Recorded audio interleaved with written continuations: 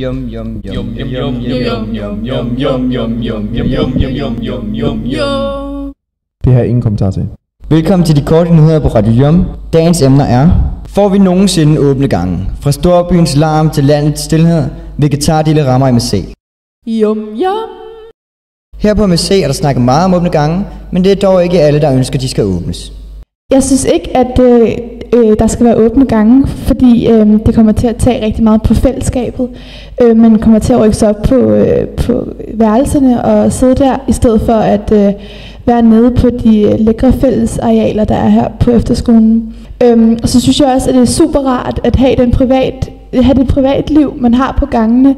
Man ikke skal tænke på, om der er drenge på pigegangene og omvendt. Så jeg tror, det kommer til at blive meget mindre privat, og det er også derfor, at jeg synes, at det er en rigtig, rigtig dårlig idé med åbne gange. Opbakningen er dog størst, at de skal åbnes. Efter gangene blev åbnet, synes jeg ikke, at det påvirkede det sociale sammenhold, for jeg synes stadigvæk, at der var mange mennesker rundt omkring på skolen. Udtaler Anna Holm, som er andenårselev og har oplevet åbne gange før. Vi er nu live med vores reporter, Anders Heiner Hansen, som er sammen med Rasmus Ergaard Pedersen, der er ekspert på området og med til at træffe den afgørende beslutning. Og vi skal stille nogle spørgsmål om de åbne gange.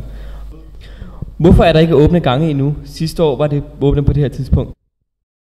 Jamen det er da meget nemt. Nu er I jo ikke sidste års elevhold, men et helt nyt, særligt hold for skolen. Og så tager man selvfølgelig hensyn til, hvornår gangene de skal åbnes, når man er et hold som jer. Der har været lidt natterand, der har været nogen, der lige skulle lære, hvor man skulle være på sit værelse og ikke på sit værelse. Så tager vi debatten stille og roligt, ligesom vi har gjort. Så må ikke, nu har det været diskuteret på demokratime, så må ikke, nu skal lærervalget kigge på det, så jeg er da sikker på, at vi finder en løsning på det. Hvad er din mening om de åbne gange? Jo, men jeg har da også været på jeres alder en gang. Jeg synes da også, at det kunne være spændende at sidde på pige- eller drengeværelser osv.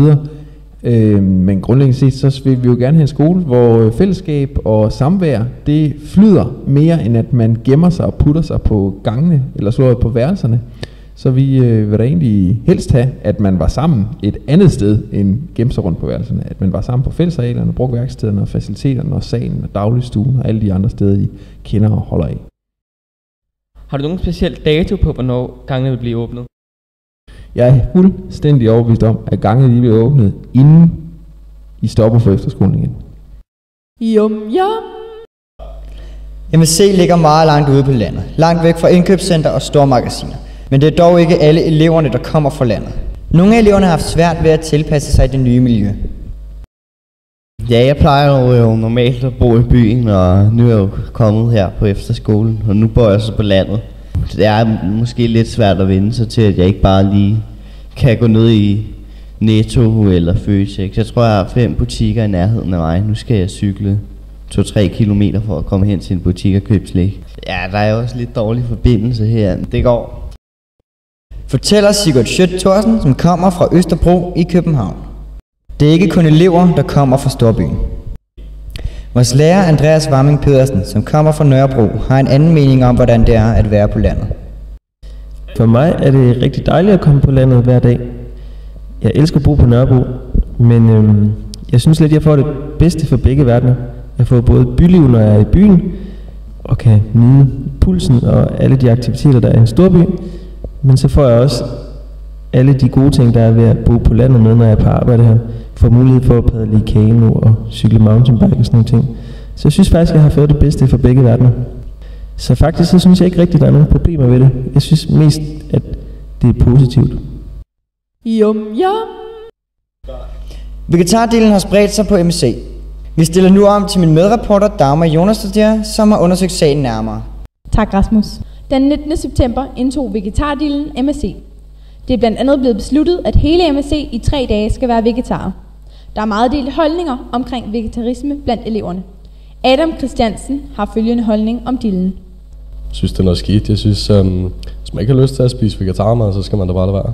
Jeg kan godt lide at overleve 3 dage, men jeg vil helst gøre det uden. Men vi får ikke særligt tit kød hernede. De 3 dage, du vil faktisk selv stryges, hvis det stod til mig. Martin Walling Philipsen har en lidt anden holdning. Da forslaget om at blive vegetar dukkede op, så tænkte jeg, at det ville blive en rigtig, rigtig fed udfordring og noget helt nyt at prøve for mig. Det har været helt vildt anderledes ved måltiderne, men man har ikke rigtig tænkt så meget over det. Dealen begyndte, da hele 27 elever valgte at prøve at være vegetarer i 3 uger. Dog med fisk, æg og laktoseprodukter som supplement. På trods af, at vegetarmaden tager lidt længere tid at tilberede, er skolens kok, Hans Peter Brande, positivt indstillet omkring vegetardealen. Dette skyldes især de miljømæssige fordele, der er ved plantebaseret kost. For eksempel skal der bruges hele 7 kilo korn for at producere 1 kilo kød. Og tilbage til dig, Rasmus. Tak, damer. Det var så dagens korte jumnyheder. Ha' en fortsat god dag. Indslaget redigeret af Adam Vass. Yum yum yum yum yum yum yum yum yum yum yum yum yum yum yum yum yum. Det har jeg ingen kommentar til.